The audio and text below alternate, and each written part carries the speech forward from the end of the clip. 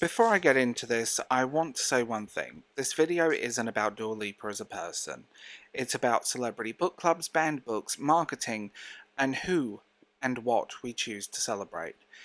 I also don't think she personally sat in a room selecting every title. There was almost certainly a publishing team, booksellers, PR people, and marketing involved. Her name is what gets people through the door. And to be fair, if it gets people buying books, that's not automatically a bad thing. My name is Darv James, and welcome to this episode. So when I saw everything about the Manifesto Library in one of the most beautiful bookstores in Portugal, I've actually been there.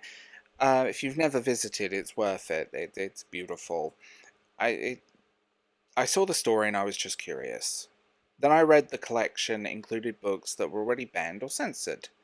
Okay, now, as someone who spends a very unhealthy amount of time surrounded by books, I thought, alright, let's have a look. And let's be real, mixed feelings. Because I looked through that list, and a lot of these books are currently sitting in, well, my boxes as I prepare to move already. Animal Farm, The Book Thief. And then there's The Handmaid's Tale, which, by the way, I have plenty of opinions about, but this video is not for that. There were a few others I thought, yeah, fair enough. And there were some that seemed genuinely interesting. One that actually surprised me was the Satanic Verses. That's a genuinely brave inclusion because this book has had very real consequences attached to it throughout history. Whether you love it or hate it, it's hard to argue it doesn't belong in a conversation about censorship or whatever's happened around it. I think it's a very interesting book and worth picking up. But this is where I started scratching my beard. We talked about, air quotes, banned books. We keep talking about them, but do we?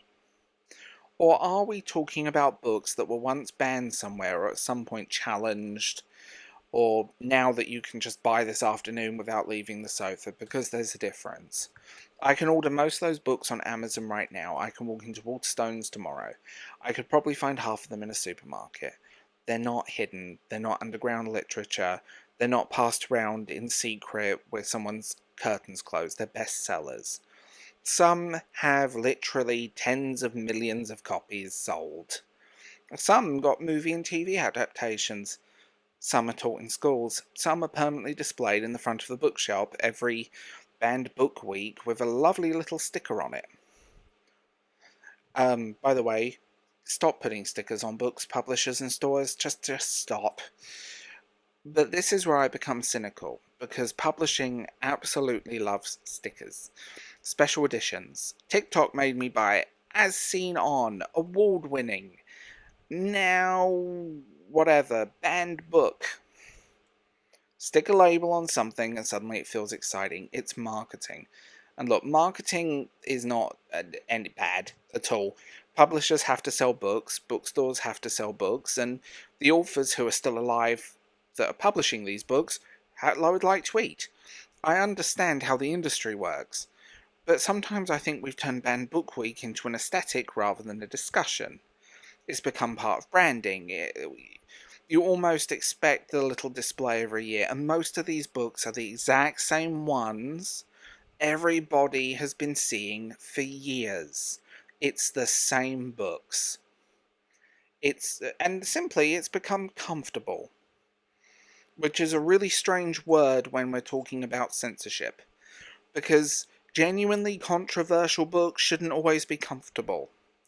The other thing I've noticed is a lot of modern books seem to be all roughly the same cultural conversations. They're controversial, provided that the controversy is handled in a way that everyone else already agrees on and is acceptable. They're singing from the same hymn sheet. This doesn't necessarily make them bad books. Some are excellent. Some deserve every bit of praise they receive. Some are also incredibly safe choices for public displays attached to a global celebrity. Nobody's taking huge risks by recommending books that already have major publishers behind them, international recognition, and prominent displays in every bookstore and digital storefront. That's where my criticism starts. Not aimed at Dua Lipa, although I can criticise her, more of the whole culture around celebrity book recommendations. I've got this weird relationship with celebrities. There are some that I really like. I like what they create. There are some where every interview just makes me think, please just sing, act, talk about your movie, talk about your album, go home. Maybe that's harsh, but I genuinely wish more celebrities would entertain us rather than constantly trying to educate us. There are some very incredibly talented people out there. That's why millions of people know your name. You don't have to become everybody's philosopher as well. Sometimes I think we ask celebrities questions they were never supposed to answer, and then we act surprised when the answers are fairly predictable. Because here's the thing. If you really wanted to make people think about censorship, if that was the genuine goal, why not go looking beyond the same bloody list every year? Why not highlight writers who are living through censorship right now? Journalists, independent reporters, authors whose work can't be published in their own countries, people who have been imprisoned, people forced into exile, people who genuinely put their lives on the line because they refuse to stop writing. These are the people I want to hear from, and these are the people that you should be looking for and hearing from. It's simple. And you should be looking for this. Because the stakes are real. There are journalists across different parts of the world, whether it's Iran, Russia, or varying countries in the Middle East, who have faced imprisonment, exile, threats, or worse, for simply doing their job. That's censorship with consequences. That's not a sticker on the front of a best-selling paperback. That's someone's actual life. And I sometimes worry that our conversations around banned books have become so sanitized that we've forgotten the difference. We've become very good at celebrating books that already are commercially successful. Books that are on every bookstore shelf. We're less good at supporting people whose voices are genuinely difficult to hear. Maybe that's because it's harder. It's easier to put Animal Farm on a display table.